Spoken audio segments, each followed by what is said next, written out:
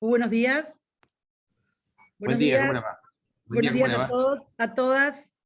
Como decana de la Facultad de Derecho de la Universidad Nacional de Lomas de Zamora, para mí es un inmenso orgullo poder presentar, inaugurar esta jornada de clases magistrales.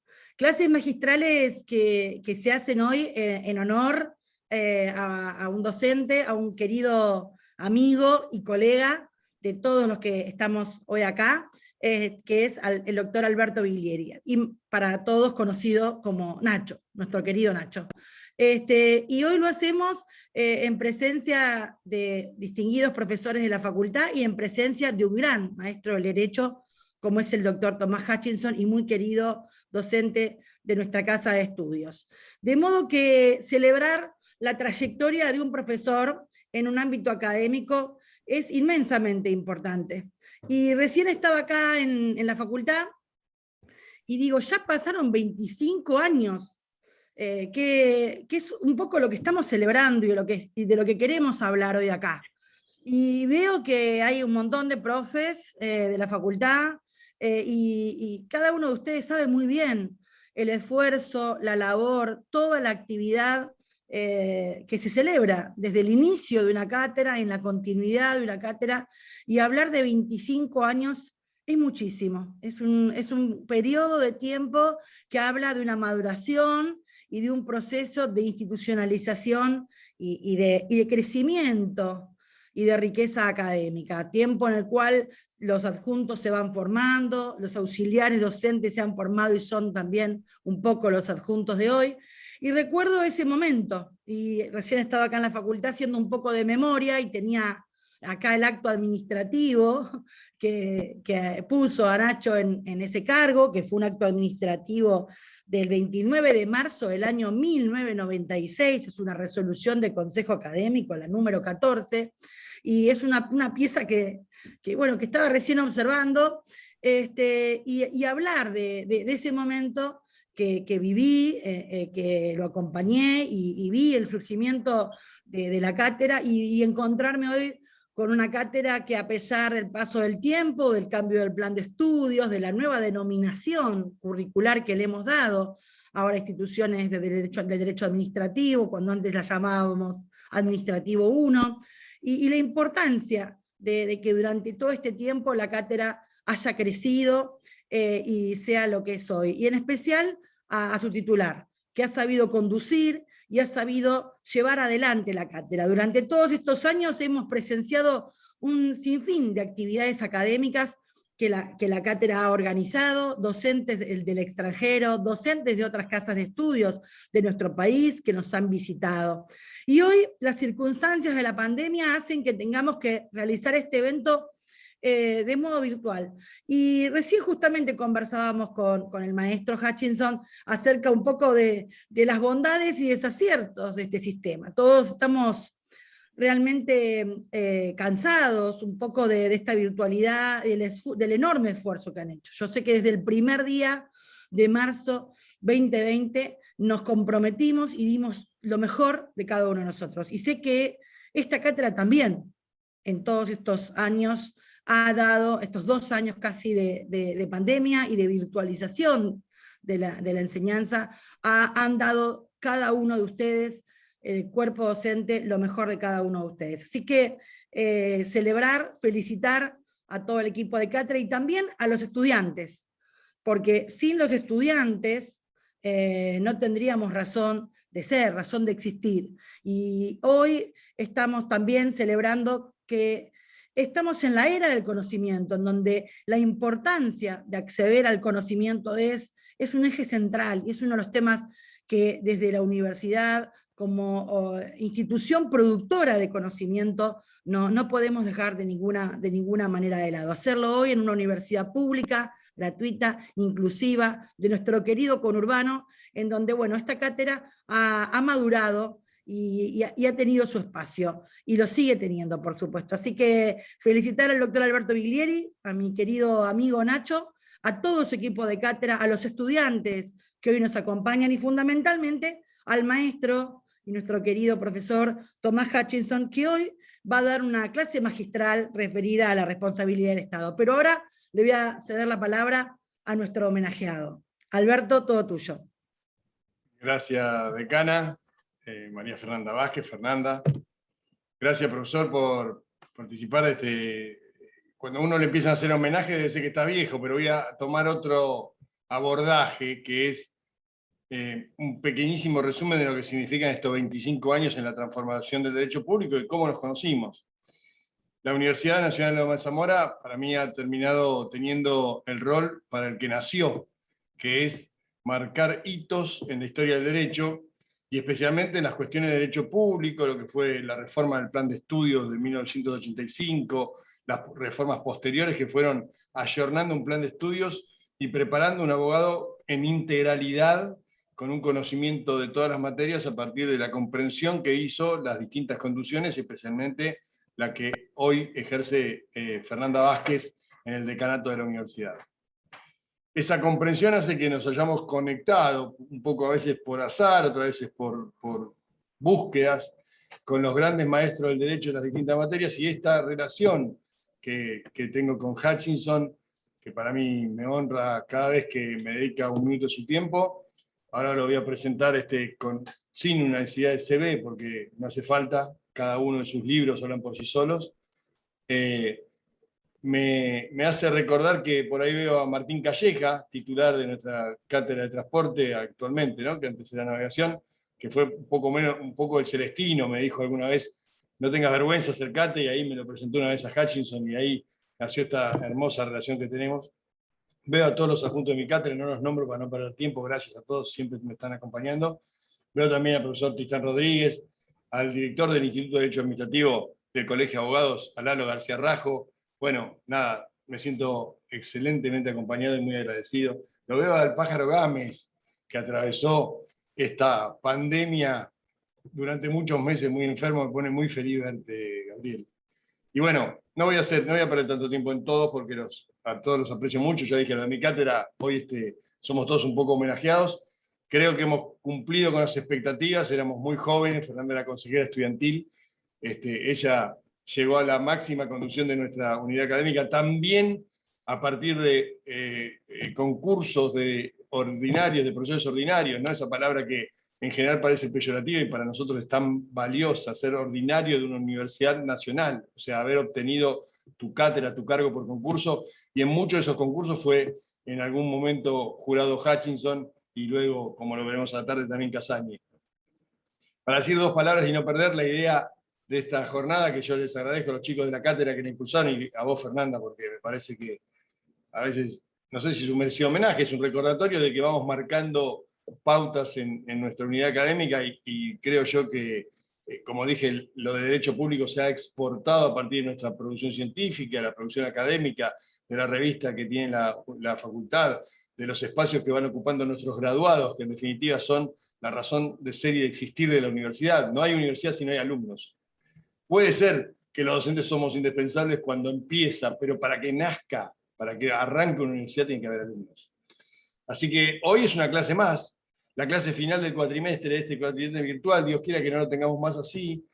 Estoy extrañando vernos y abrazarnos, y además estoy extrañando lo que hoy, seguro Fernanda habría preparado un ágape para por lo menos brindar un rato y estar juntos, pero hoy es una clase de grado.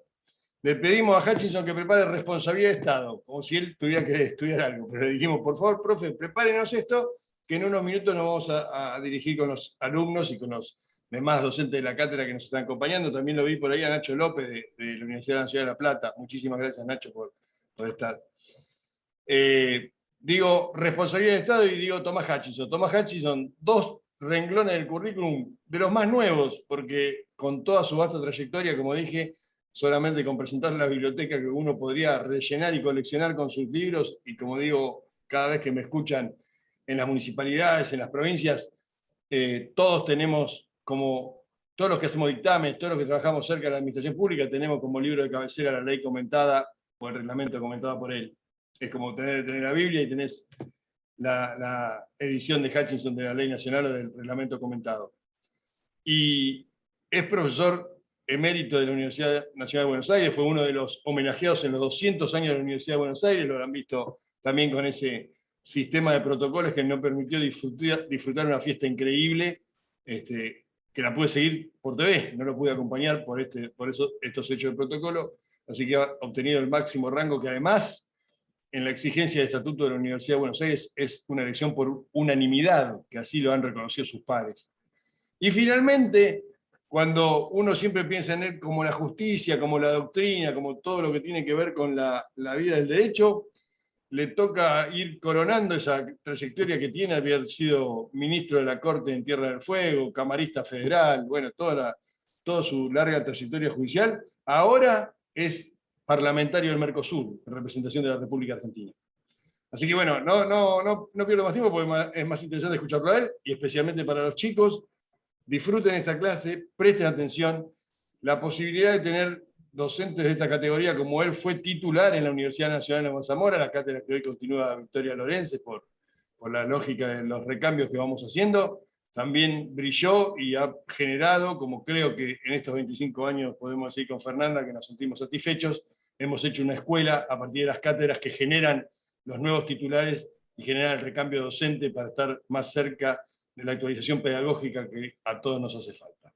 Así que, Tomás, muchísimas gracias por acompañarme. Fernanda, infinitas gracias por esta actividad. A todos los muchachos y amigas de la cátedra y de las otras cátedras que nos acompañan, te dejo en uso de la palabra. Gracias, Tomás.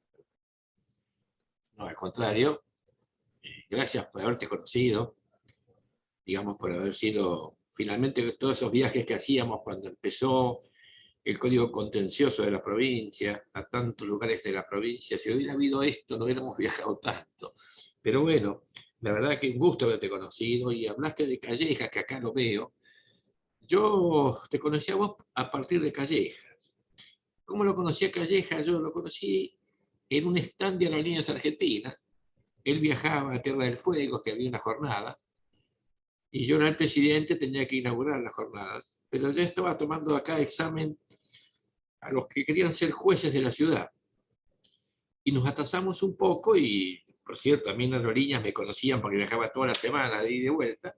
Cuando fui me dijeron, miren, no hay, se canceló un vuelo hace, no sé, unas horas antes, y no tenemos lugar. Y también le había pasado a Callejas, y le pasó también a un juez de la Corte de Neuquén. Y bueno, quedamos en volar a la mañana siguiente, yo más o menos llegaba en tiempo, y yo me acuerdo que Calleja, cuando al tiempo yo lo vi, él me presentó a Nacho, así, digamos, pero conversamos un poquito y nada más. Y Calleja le dijo a Nacho que él estaba asombrado que tanto el juez de la Corte de Neuquén como yo no sacáramos el carnet para chapear y viajar. Y yo decía, mira, Calleja, la gente que está en el sur, somos en general un poco así, hemos llegado acá porque nos gusta esto, y uno no tiene que chapear, no tiene ningún sentido. Pero yo lo conocí bien a Nacho en unas jornadas que hacían los alumnos de la facultad. Yo había estado ya en La Plata, en ninguna otra más, y me invitaron a Tucumán. Y yo fui a Tucumán. Imagínense, yo venía de Tierra del Fuego, así que fue todo un periplo esto. Pero bueno, llegué a Tucumán y me encuentro en la jornada que el colega mío era Nacho, que yo había conocido así a través de Callejas, me había hablado muy poco. Nacho era como es ahora, con una pequeña diferencia. Tenía pelo. Y tenía mucho pelo. Entonces estuvimos allí, más bien, respondimos las preguntas de los alumnos, y después yo dejé de verlo, se me volví a Tierra del Fuego, hasta que vine de Tierra del Fuego hacia aquí, y entonces un día lo encontré porque pidió que asesoráramos juntos a un intendente que había sido, digamos, cesanteado, entre comillas, cuando cayó de la Rúa, y bueno, y ahí empezó una amistad. Y también con Callejas, después yo a Callejas hace tiempo, lo vi la última vez acá en la avenida, en la Valle creo que fue, tomamos un café, pero hacía tiempo que realmente no los veo. Bueno, porque yo finalmente después con esta pandemia casi no he salido de casa, porque claro, tengo mi edad, y uno tiene miedo de que pase algo, ¿no? Este virus es tan complicado que entonces, digamos, me quedé en casa recluido, y daba clases por Zoom en la UBA hasta julio. En julio, que venía un nuevo titular después de tantos años, yo decidí dar un paso al costado porque ya dar clases por Zoom no era lo que a mí realmente me gusta. Pero bueno, ahora he vuelto a salir un poco, no sé por qué, porque la verdad que las cosas me han pasado, pero uno se siente más, digamos, más seguro, ¿no? Digamos, yo tengo ya las dos dosis y demás, y entonces cuando me dijeron si quería hablar, ¿no?, por Nacho, a los 25 años, y dije, ¿cómo no? Y yo decía, la verdad que yo fui titular de la Universidad de Buenos Aires durante mucho tiempo. Hubiera cumplido 25 años ahora en agosto, pero me fui en julio. La verdad que ni me acordé de esto, ni lo pensé, y así fue la cosa. Y bueno, así que entonces por eso quiero, digamos, unirme al homenaje a Nacho, ese gran amigo que tengo casi como un hermano. Yo mi hermano lo perdí hace tiempo, yo soy una persona grande y mi hermano era más grande que yo. Y bueno, un día las cosas se acaban. Y la verdad que lo he conocido a Nacho, conocí al padre de Nacho, y bueno, y también a Callejas, que hace mucho que no lo veo, pero bueno. Y entonces me uní a este homenaje para hablar un poco de algunas cosas importantes. Cuando me pidieron responsabilidad del Estado, y yo dije sí, cómo no, porque el derecho administrativo nace como consecuencia de un fallo que el Consejo de Estado francés dictó en el caso Blanco. Ustedes saben que, digamos, el derecho administrativo es una rara avis, porque ¿cómo puede ser que haya nacido cuando finalmente lo que hace es, digamos, reglamentar, entre comillas, lo que es la actividad del Estado, la actividad de la administración, la actividad de los gobiernos, para controlarlos, para más o menos darle ciertas pautas, y que esto, y por cierto, con mucha independencia, en Francia tuvo una independencia absoluta, el Consejo de Estado, que fue, digamos, este fallo fue dictado por el Consejo de Estado. ¿Qué es el Consejo de Estado? Es un tribunal administrativo, cosa que acá casi no podemos pensar porque la Constitución no permite esto. Y porque además acá sabemos que si es bastante difícil que los jueces controlen al Estado, al gobierno, sin que haya algún problema, sin que digan ahora que es un lawfare, estas cosas que inventan para tratar de que no se revise. Acá hubiera sido imposible un tribunal administrativo, casi que es imposible actualmente también.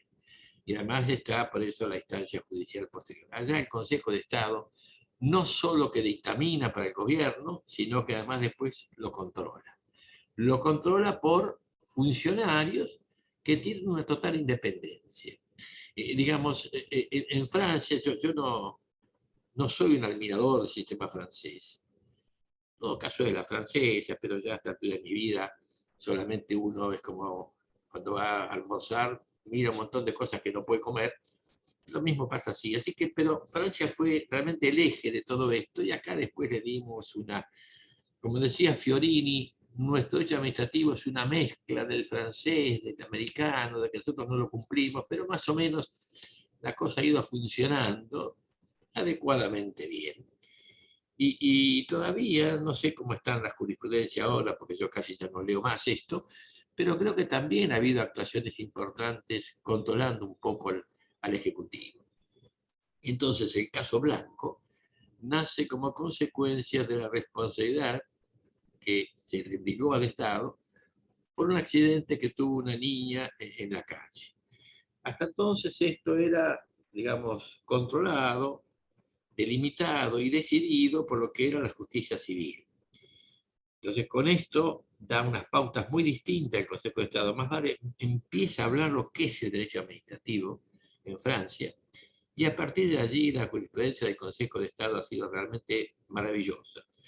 Con sus más y con sus menos, si lo comparamos con nosotros, pero maravilloso. Es decir, por eso todos los libros viejos, de cierto tiempo, el administrativo, seguían mucho a lo que era la doctrina francesa y la jurisprudencia francesa. Y los viejos maestros que yo tuve, 10 por ejemplo, era realmente un seguidor total de la doctrina francesa. 10 que era ingeniero y abogado, no ejerció ninguna de las dos profesiones. Era una persona que tenía mucho dinero, el padre era rentista, como se decía entonces, y la mujer de él tenía más dinero que él.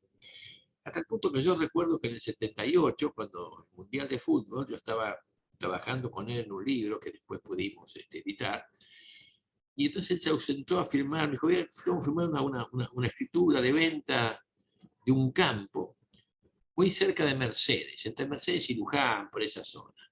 ¿Y quién le compró ese campo? Villa, que había sido un jugador del equipo argentino en ese mundial. Imagínense lo que era para este jugador tener un campo así, él se lo vendía, así que hablaba mucho de lo que era el sistema francés. Él nunca ejerció ninguna de las dos profesiones, con lo cual era bastante teórico, pero bueno, cuando uno lo bajaba a la realidad, tenía siempre la sapiencia de aquel que tiene un conocimiento universitario, con la ventaja de como que era ingeniero, era bastante, digamos, era un mecanismo de relojería. Los libros de él, si usted los lee, son aburridos, pero van llegando del principio al fin a través de un razonamiento lógico, como hacen los matemáticos. La matemática es una cosa realmente brillante. Cuando usted, yo me acuerdo cuando usted leía esas fórmulas en el secundario, realmente era de una pulcritud absoluta. A mí no me hubiera gustado nunca hacer esto, pero bueno. Entonces, tuvo mucho que ver acá el derecho francés. Hasta que comienzan a apartar. El primero que se aparta un poco de esto es un viejo juez, pero más que nada un viejo administrativista, que fue Varela. Varela fue el autor del proyecto, que después fue ley, del Código Contencioso de la provincia, que nació allá por, creo que en 1905, 1906, no me acuerdo mucho ya la fecha, y que estuvo vigente hasta el nuevo código que se sancionó en el 2003. Fíjese cuánto tiempo. Y entonces, evidentemente, Varela ya tuvo otro enfoque de las cosas. Él no era administrativista, había leído mucho el derecho americano, y entonces en el Código de Contencioso de la provincia hay una mezcla bastante sabionda de ambos sistemas, y fue un código señero, claro, duró hasta 2003, con lo cual al final estaba un poco desactualizado, pero la verdad es que además leyendo ese código daba la alegría de leer a aquellos autores que escribían como uno leyó en su momento, como yo cuando leía Salvati, esto tan bien escrito, ¿no? Bueno, lo cierto es que entonces nuestro sistema no deriva del francés, pero muy mezclado con el americano, y además, por cierto, mezclado a veces con nuestra chapucería, porque también es muy distinto controlar a Francia, a lo que es el primer ministro de Francia, o por lo menos lo era, no sé cómo es ahora, pero supongo que debe estar en la misma línea, por un juez o por un funcionario del Consejo de Estado, que es controlar digamos, al Ejecutivo acá en Argentina. De todas maneras, acá también hay que aclarar que ha habido un gran avance del control del Estado y un gran avance del derecho administrativo. Entonces, por cierto, no es algo único. Yo me acuerdo que Fiorini, que era un gran intelectual, un gran profesor, lamentablemente tuvo poca actuación en la Universidad de Buenos Aires, porque él estaba en la cátedra de Bielsa. Bielsa muere grande, y Fiorini, cuando asume la cátedra, en poco tiempo tuvo que irse, porque entonces creo que los profesores tenían que irse a los 70 años. Pero sí, Fiorini tuvo una mucha actuación en la Facultad de Derecho de La Plata, muchísimos años, y era realmente una persona muy querida de La Plata, una persona muy inteligente, muy amplia y con mucho conocimiento de la vida. Él no estuvo en la justicia, casi que no fue funcionario, tenía la actividad profesional, pero realmente era muy bueno seguirlo y escucharlo. Yo con él hice un solo año en el doctorado y aprendí bastante, porque yo venía un poco de la gira de 10 y después de Gordillo, si bien 10 y Gordillo no eran lo mismo, pero Gordillo fue adjunto de 10. Tenía entonces Gordillo, por cierto, era alguien que estaba casi en contra del Estado. No digo que era expert, pero más o menos, porque también había sido desarrollista, con lo cual tenía otra visión de la cosa. Y bueno, nuestro derecho administrativo abrevó el derecho administrativo francés.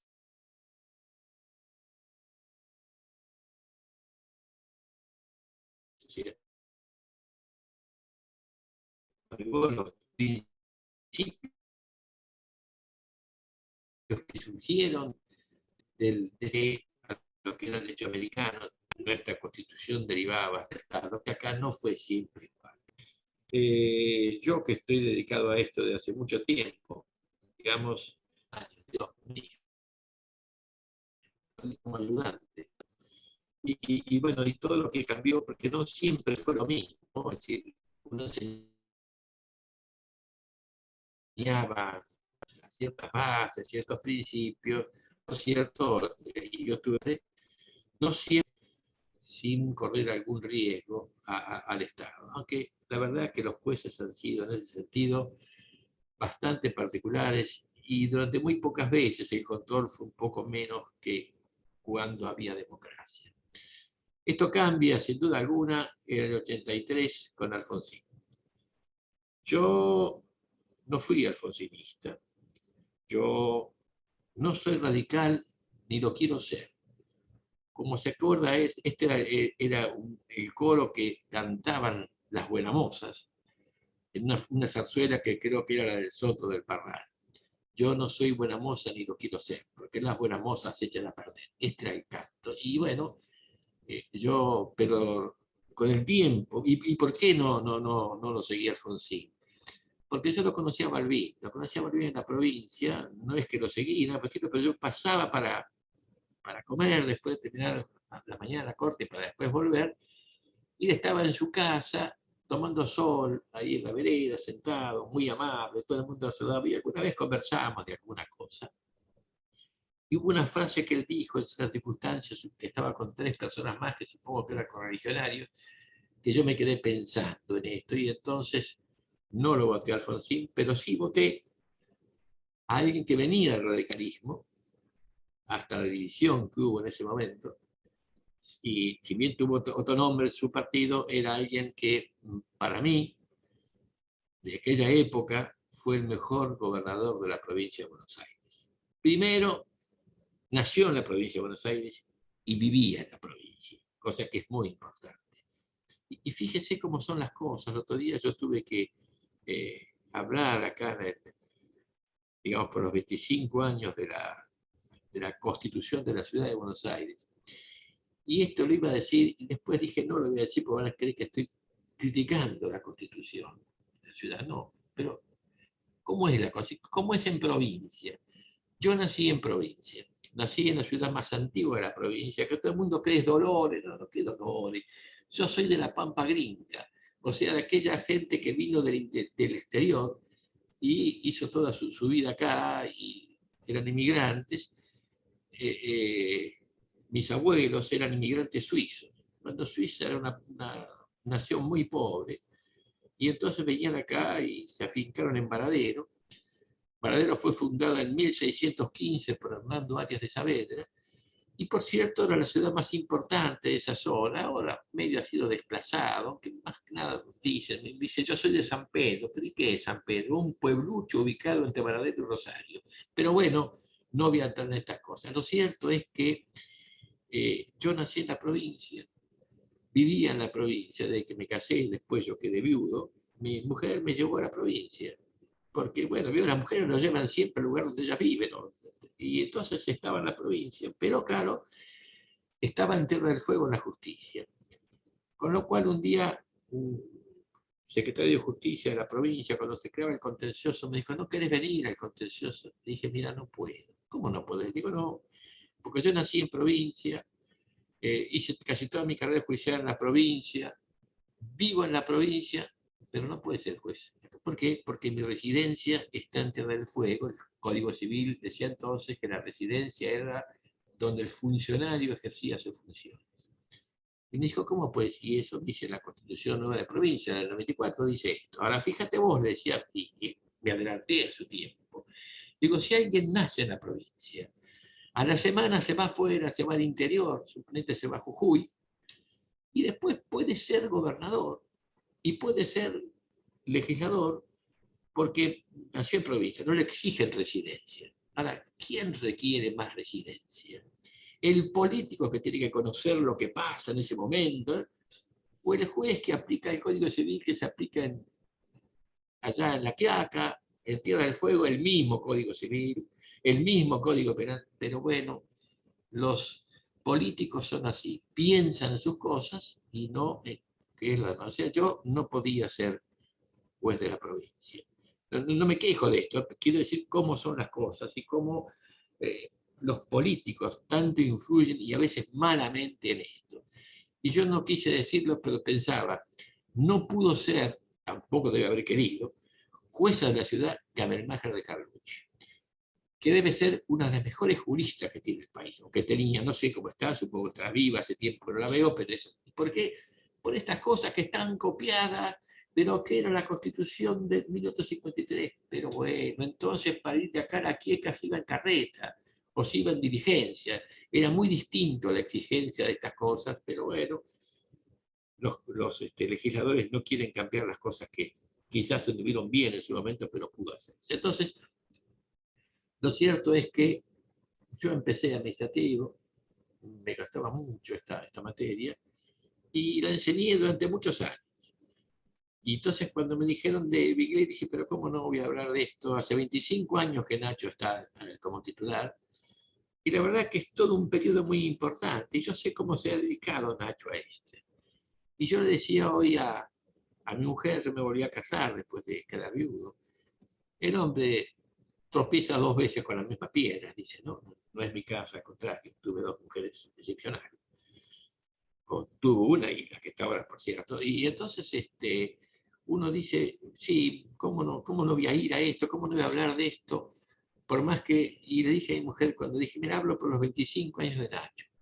Me dijo, ¿y vos? No, yo no llegué a ser profesor titular 25 años.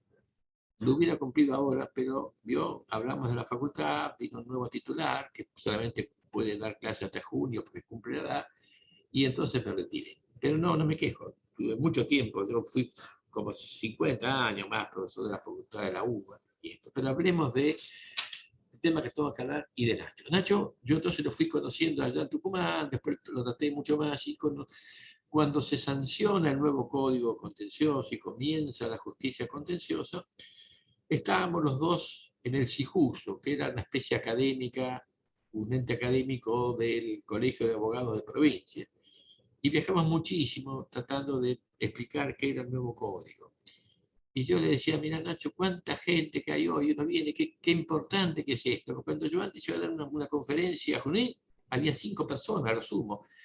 Tenía casi tanta gente como tuvo Alberto en Glasgow. Pero después la cosa fue distinta y entonces, y bueno, y el CIJUSO creo que trabajó bastante para que este código se conociera, para que el derecho administrativo tuviera un auge que antes en la provincia no tenía, porque ¿para qué se iba a dedicar el contencioso administrativo, el derecho administrativo, si la Corte, digamos, tenía que ir a la Corte de La Plata? Y la verdad que ir de Pellegrini, esa ciudad que está casi al borde de La Pampa, allá por el noroeste, era tan lejano que si usted no tenía un juicio demasiado importante económicamente, nunca iba a ir, no tenía sentido esto. Entonces con el CIJUSO, que fue muy importante, creo, por todo lo que hizo y los cursos que hizo para la gente de provincia, los nuevos abogados empezaron a dedicarse al derecho administrativo. Y también estas facultades, como Lomas, porque antes que cuando yo estudié que había la UBA y estaba también La Plata. La UCA no había empezó para esos momentos más o menos, pero públicas no había casi universidades, la otra era Rosario, muy lejos, entonces, bueno, Nacho hace 25 años que está. Yo sé, por lo que he hablado en su momento, yo estuve muy poco tiempo, creo que fueron 3 años en Lomas, y cuando cumplí los 65 años entonces, me dieron me hicieron dar las urnas, y porque esto era el límite que establecía la legislatura, y me parece lógico. Entonces, Nacho desde entonces está, y sé porque he hablado muchas veces con gente que ha sido alumna y de él, y esto ha sido alguien muy buen profesor, y por cierto no es el profesor, como también conocía algunos yo que estaba ya lejos, ¿no? Que daba en la UBA, el profesor daba clase en una tarima. Algunos le llamaban, mira, ahí viene el virrey, porque entraba apenas saludaba y daba su clase y usted no podía preguntarle nada. Eso cambió después también en mi época, la UBA, pero esto sé que Nacho, le decimos Nacho porque así le dicen, es un gran profesor y además es alguien al cual los alumnos pueden acudir. Entonces cuando me dijo esto, digo, bueno, vamos a hablar de la responsabilidad del Estado, porque así nace el derecho administrativo. ¿Para qué es el derecho administrativo? Y es algo casi que imposible de creer que exista, porque es el régimen, se le enseña al alumno todas aquellas cuestiones de qué es lo que puede hacer el Estado, qué es lo que no puede hacer, qué control hay que hacer el Estado, o sea, toda una serie de cosas que uno dice, bueno, pero ¿y cómo el Estado permite esto? Y bueno, porque así es la separación de poderes, porque así es el sistema democrático, y no solo republicano, porque Francia no era una república cuando pasó esto, pero digamos lo mismo, había un cierto control, había unos ciertos límites para que el Estado pudiera actuar. Y por cierto, en este fallo blanco empiezan a aparecer los primeros principios en los que se basa el derecho administrativo, que repito, es un poco una excepción. Dice, pero ¿cómo es esto? ¿Cómo el Estado deja que lo controlen? Y sí, porque también, a pesar de esto, cuando hay ciertos principios, también sabe un poco cómo actuar. Porque, digamos, y ustedes piensen, ¿no? Cuando hablan, bueno, muchas veces dicen, no, mire, pero esto es un acto político no justiciable. ¿Y de dónde sale esto? ¿De qué norma de la Constitución surge esto? Y de ninguna. No, bueno, pero esto lo hacían en Francia, no, bueno, pero en Francia las cosas eran distintas, porque quien controlaba al Poder Ejecutivo francés era un mismo ente administrativo, que era el Consejo de Estado, con total independencia, pero, y que además él podía pedirle al gobierno francés a este Consejo de Estado que dictaminara. Lo hacía una sesión especial del Consejo de Estado, pero dictaminara. Acá sería casi imposible pensar que el Estado dictamina materialmente y que después esto sirva y lo obliga a él a actuar y entonces la sentencia se basa en los principios así. Esto es, ya controlar al Estado no siempre es fácil, imagínense si esto fuera de esta naturaleza. Entonces empieza estos principios que establece el Consejo de Estado, que después van acentuándose, y la verdad que la labor del Consejo de Estado, un ente administrativo en Francia, ha sido maravillosa, por el control que existe. Había un gran profesor, que yo había conseguido el libro de casualidad, y que se lo presté a alguno, y bueno, nunca más apareció. Uno tiene que pensar, es cierto, a mí me enseñaron cuando empecé que hay cosas que no se prestan, los libros y las mujeres. Y por ahí alguna cosa más, si usted quiere, pero esto, y bueno, lo presté y no sé quién lo tiene. Y ahí en el Consejo de Estado, un gran profesor que era Jean Rivero, escribió, no sé, cuando cumplió 50 años, no, 50 no, 100 y pico de años del Consejo de Estado, escribió un artículo. Y decía, lo voy a traducir poco, el hurón, que es un indígena que existía en alguna de las colonias francesas, un día ante el Consejo de Estado.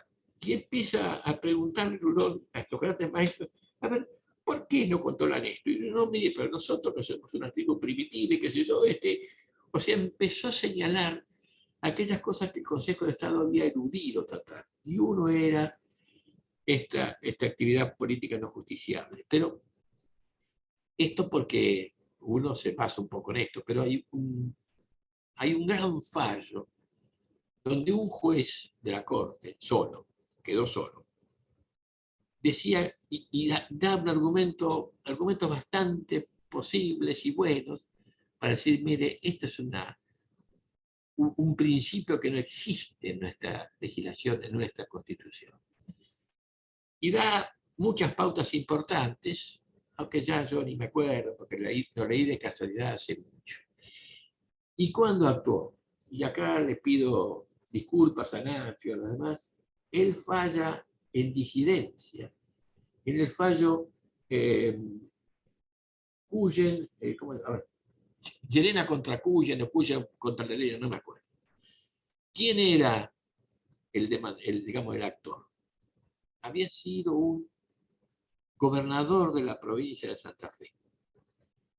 Creo que, no sé si en su época, o quizás fue el gobierno anterior, no me acuerdo, Santa Fe, no me acuerdo de esto.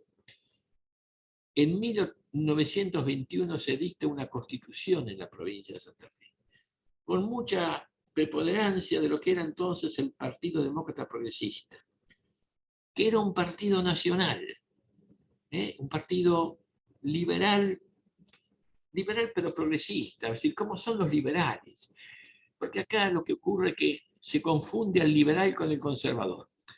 Yo no tengo ningún problema con los conservadores. Un tío mío, un irlandés que estaba casado con la hermana de mi madre, era conservador del grupo de Solano Limas. Mi tío murió allá por el 50 y pico, y no saben lo importante que fue como persona, porque se me iba a pasar todos los veranos, excepto las fiestas, que o mis padres iban al campo, yo venía para acá, estaba con él, porque me encantaba este irlandés, que me contaba de noche, miraba las estrellas, y me contaba, ¿qué me contaba? Esas cosas que tienen los celtas, ¿no?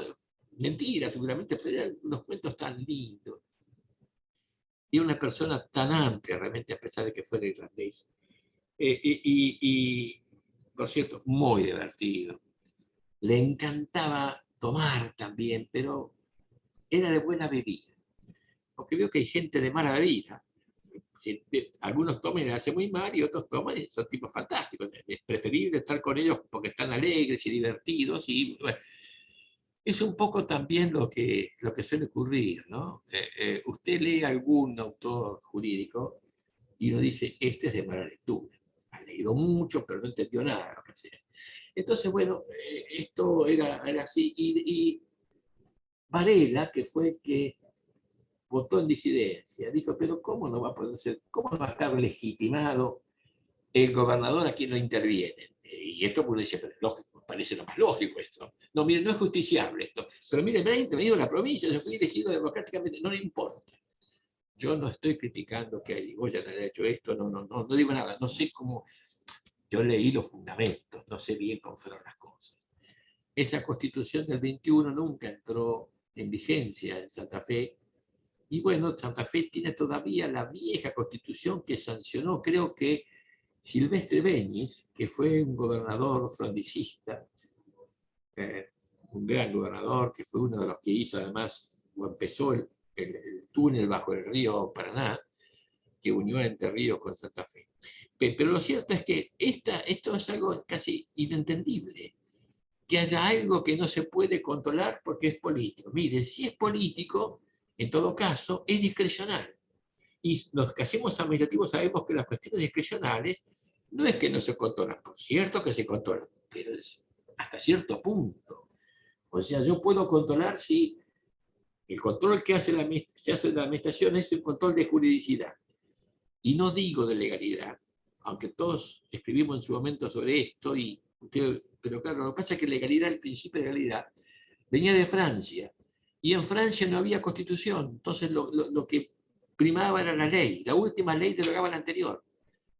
Recién tuvieron constitución, yo no me acuerdo, pero cuando el gobierno era de Gaulle fue un militar, y sin embargo dictó una constitución, no, digamos, hizo, durante su gobierno se dictó esta constitución mucho antes que los demás países europeos. Yo no sé, De Gaulle tuvo que irse con el Mayo francés. Ahí cuando pusieron, digamos, en duda su personalidad, se fue. Como buen francés militar dijo, no, a mí no me conté. Bueno, pero entonces hablamos de legalidad. Cuando la legalidad es juridicidad, no es legalidad, porque no es solo la ley. Y esto cuando lo aprendí, yo también mucho tiempo escribí sobre legalidad, y después empecé a hablar del tema de juridicidad, porque no es solo la ley. Se controla a partir de la Constitución y todo este bloque de constitucionalidad. ¿Y por qué empecé a escribir esto? Y porque uno es producto de lo que va viviendo. Un día yo fui con Nacho y su familia, su mujer, y además también fueron los amigos de Nacho que eran de Ecuador, de Perú, pero de Perú. Y me tocó hablar en Guayaquil. Y entonces yo hablé, y por cierto, yo hablé de la juridicidad, estas cosas que uno habla siempre. Y entonces cuando hablaban así, veía que los profesores que hablaban, algunos muy importantes para el Ecuador, hablaban, bueno, ahora esta nueva constitución que había establecido, digamos, era la segunda que establecía el Tribunal Constitucional, dice, ahora por fin va a poder aplicar la Constitución el juez. Dije, no, bueno, este está hablando rápidamente, se le pasó esto. Cuando el segundo dije lo mismo, digo, ¿cómo puede ser esto? Entonces pregunté en el intervalo, cuando había preguntas, y me dijo, sí, claro, acá hacemos con toda legalidad. Hacíamos, ahora con la nueva Constitución, no, siempre se puede hacer esto. Nosotros legalidad entendíamos que era todos los principios jurídicos, digamos, todo aquello que hace la juridicidad, y por eso también, en el control de discrecionalidad, esto lo dijo la Corte de Provincia en algún momento, lo que yo no puedo cuestionar y resolver es aquello que es netamente oportuno. Mire, quiere comprar máquinas diésel en vez de máquinas de vapor. Ah, mire, esto es cuestión de ellos. Si una no perjudica más que el otro al medio ambiente, si respetó todo esto, el juez no puede suplir a la autoridad del legislador, porque además el juez apenas sabe derecho, las demás cosas realmente no entiende, y usted no entiende ciertas cosas, tiene que ver qué quiere decir esto. Yo me acuerdo, y esto me pasó a mí, cuando Alfonsín sancionó, digamos, en la época de Alfonsín, el Plan Austral. Donde el Plan Austral lo que hacía, me acuerdo, era establecía unas ciertas distinciones respecto a lo que se indemnizaba, según fuera, digamos, había establecido a partir de, no sé, cuándo fue el Plan Austral, supóngase el 15 de junio del, ya sabes cuándo, creo que debe haber sido 85, algo así, establecía cómo tenía que actualizarse todo, estableciendo una tablita. Y entonces una cosa era el 15 de junio, que era el 100%, y después, no sé, a fin de junio del año siguiente era mucho menos. Y esto a mí, realmente, yo con mis colegas lo seguimos a Berucio y dijimos esto. Hasta que un día yo estuve en una conferencia con la persona que había diagramado este plan, que era alguien que no era, digamos, era economista, y me convenció y me dijo, mire, cuando usted viene corriendo con inflación, no está igual que el que sale. Es decir, es como la inercia. Si yo vengo corriendo, el que sale no está a mi altura, es decir, va perdiendo o va ganando cosas porque me voy cansando y no. Entonces hay que hacer una pauta para establecer que no se cree una diferencia, que no se haga con esto, se perjudique y se beneficie a otros, sino que hay que hacerlo. Y matemáticamente esto era posible. Dijo, lo que no sabemos si era cierto, que el 15 de junio la inflación era, como dicen ahora, de, no sé, 50%.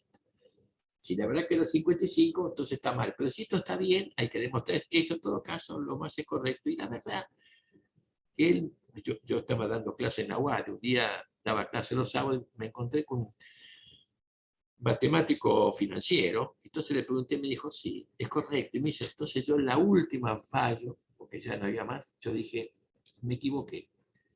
Yo hice una visión fotográfica y esto es film. Así que yo reconozco, fue un error, uno no tiene esta idea con el derecho, entonces yo creo que esto, a partir de ahora, esta será quizás la última sentencia, es incondicional. Mis colegas siguieron, me dijeron, pero vos sos loco, ¿cómo cambiar?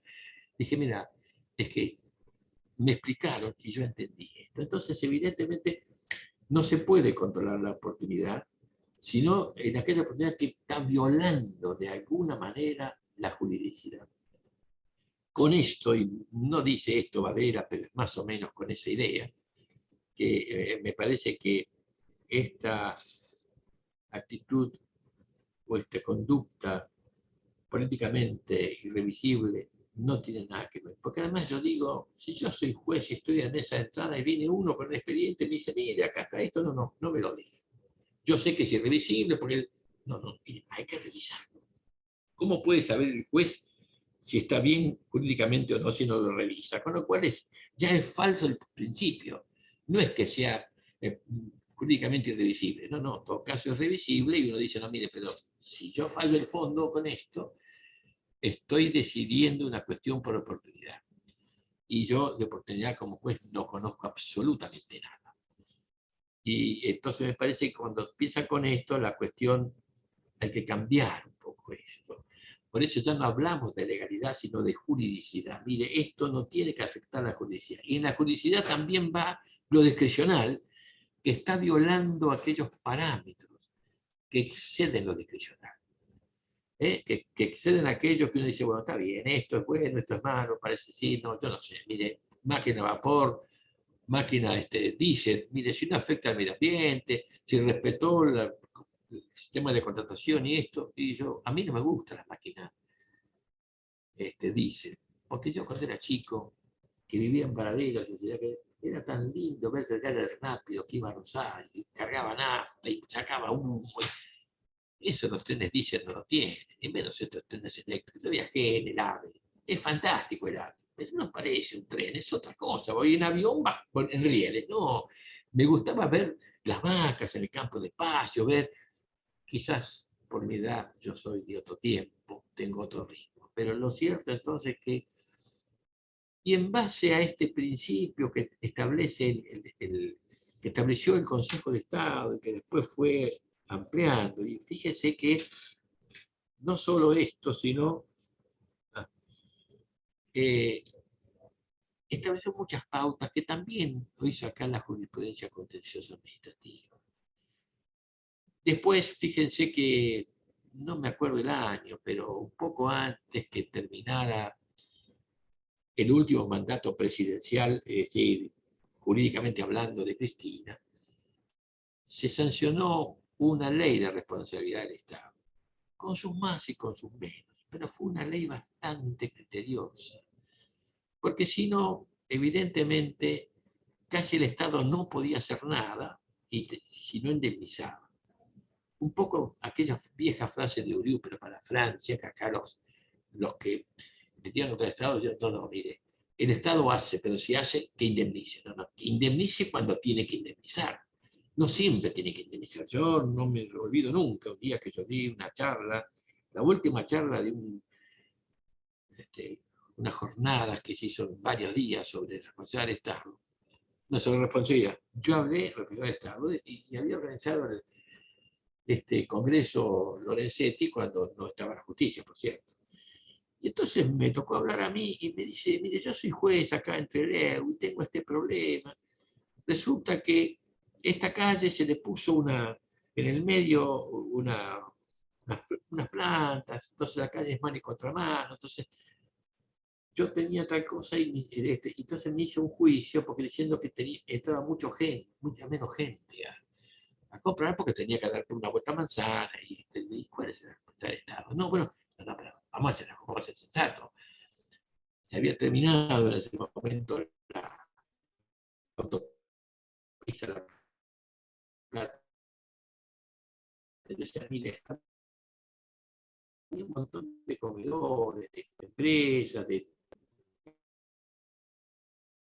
lugares bailables, en lo que era el viejo camino centenario. Pero la gente no pasa, ahí va por la autopista. Son las cuestiones de comercio. Usa más sombrero y hay gente que no puso más sombrero y el tipo de sombrería se fundió. Y así sucesivamente. Entonces el asunto es, ¿en qué viola esto el derecho? Porque si no viola el derecho, yo no tengo que... En todo caso, tendré que analizar en qué lo perjudicó, si realmente, y si el Estado es responsable en esto. Porque acá lo que está primando es el bien común. No sé si es mejor que haya una rambla en el medio, pero vio cómo son las calles acá, que son tan anchas. Cuando usted cruza la calle, si no tiene la suerte de terminar antes que venga el viento se lo lleva. Está con una rambla en el medio, hay un poco de plantas, esto. Entonces, no es, bueno, esto hace esta ley, que tiene sus pros y sus contras, pero que trató de establecer ciertas pautas, porque el Estado indemnizaba a lo pavote. Porque, bueno, claro, si hace, indemnice, no, si hace, indemnice siempre y cuando yo pueda alegar un perjuicio particular, que no derive de una actividad industrial y comercial. Porque esto, bueno, estoy sujeto a que un buen día vienen todos veganos, no hay más carne, la carnicería, ¿y qué va a hacer? La carnicería tiene que cerrar. Y le sabe indemniza, y sí, porque, no, mire, no. Entonces, acá hubo que hacer una ley con sus pros y con sus contras. Fue muy criticada por toda la doctrina, y claro, si la doctrina vive de los juicios de responsabilidad, ¿qué le parece? Y después están los civilistas, que creen que la responsabilidad es civil. No, mentira. A ver, a nosotros nos han hecho creer que el derecho civil es lo más importante y que está todo en el Código Civil. Si yo analizo no me acuerdo cómo está dividido el Código Civil, pero sí en mi época, título preliminar, todos los títulos preliminares, cuando habla de la persona, no se refiere a la persona del Código Civil, se refiere a la persona en general. Cuando habla de los modos de contarlos, integrarlos en derecho, lo mismo. Tendría que haber un código de introducción al derecho, donde ahí estuviera todo y ahí empiezan después a salir todas aquellas particularidades que tiene cada derecho, incluso el nuestro. Realmente no es cierto que siempre debe aplicar el Código Civil, no es cierto. Y además también me han contado ustedes que el Código Civil rige la vida de todos nosotros. Mentira, mentira. Mire, yo cuando nací, mi padre, que era británico, fue al registro civil y me quiso poner un nombre extranjero. Y dijeron, no, hay un decreto del 40 y pico, del gobierno, creo que el gobierno que destituyó al gobierno constitucional, y entonces mi padre inició un expediente administrativo diciendo que esto era ilegal. Por suerte mi padre perdió. Porque el nombre que me quería poner era Winston, que quería decir una cosa espantosa para poner, ¿no? Pero lo cierto es que yo fui un expediente administrativo cuando nací. Y espero que pase mucho tiempo, pero voy a hacer un expediente administrativo que te me mueran, cuando piden el nicho, no sé, lo que sea.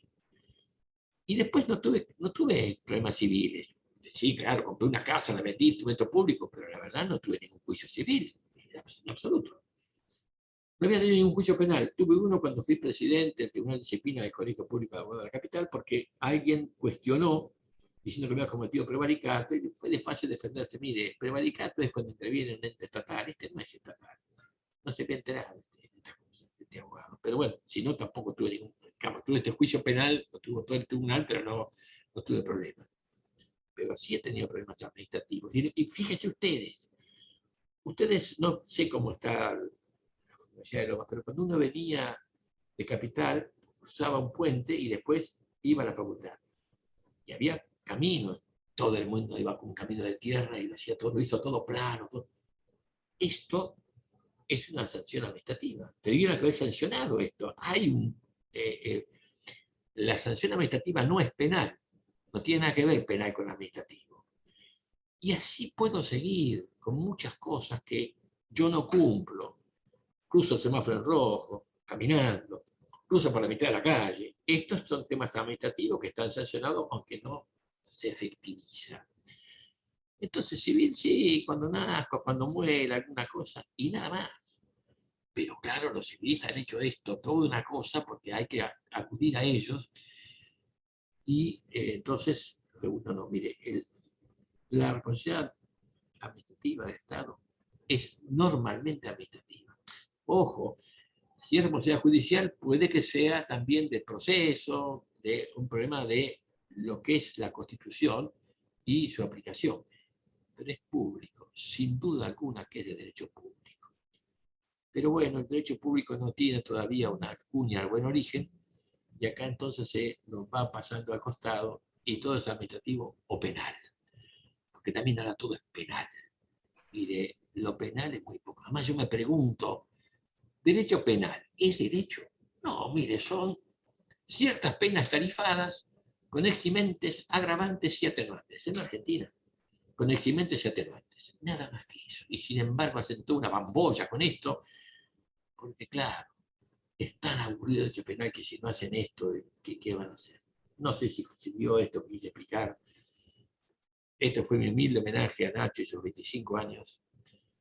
La verdad, el reconocimiento a la persona, que sé, el cariño que yo le tengo, y sé que él también me tiene a mí como cosas viejas, me acepta algunas cosas, porque ya uno tiene cosas de viejo, naturalmente. Mi mujer me controla esto para que no sea viejo, pero de todas maneras uno ya está grande. No tengo la fuerza de los 25 años, pero bueno. Nacho, espero que sean 25 años más. Espero que en 25 años yo también te haga la clase de homenaje. Muchas gracias por todo, felicitaciones y adelante, Nacho. Gracias, gracias. Gracias. Gracias, Tomás, muchísimas gracias. Acá le voy a pasar la palabra para cerrar la jornada, la media jornada, la jornada de la mañana, a todos los alumnos que han participado, les agradezco. Me parece que siempre es enriquecedor escuchar al profe, no solamente desde el punto de vista del derecho, sino de una historia de vida. Vuelvo a agradecerles a los profesores que que me acompañaron, porque para mí es un privilegio que estén conectados en este día tan especial, a toda la cátedra que me toca titularizar, a algunos que ya nombré y a algunos que estoy viendo de ratos, porque a veces las señales no son las mejores y son los retrocesos del avance tecnológico, decía Humberto Eco, cuando tenía que contactarse con algunos de los escritores indios, con los viejos email que tenían solamente 8 posibilidades de características para usar un nombre de email en el siglo pasado, ¿no? Ahora cambió todo, el WhatsApp, el Telegram nos mantiene prácticamente 24 horas activos, cosa que no es demasiado sana. Pero Tomás, 1.000.000 de gracias por estar, 1.000.000 de gracias por tu relación con la facultad, esto se lo dejo a Fer, pero quiero decírtelo yo también, porque cada vez que la Universidad Nacional de Loma de Zamora te necesitó, estuviste. Te traigo también un mensaje del rector, que tiene en alta consideración tu persona, así que te agradezco muchísimo. Fer, te paso, para mí estoy muy feliz y gracias por todo. Muchas gracias a vos, Nacho, por esta actividad que arrancó muy alto con las palabras y la clase magistral del maestro Tomás Hutchinson.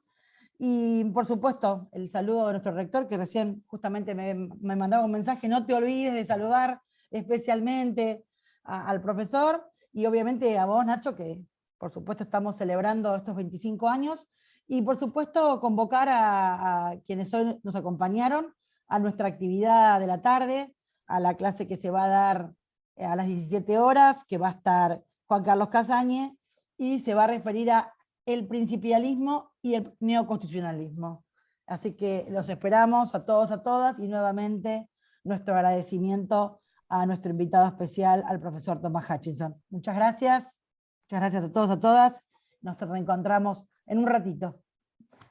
Hasta luego.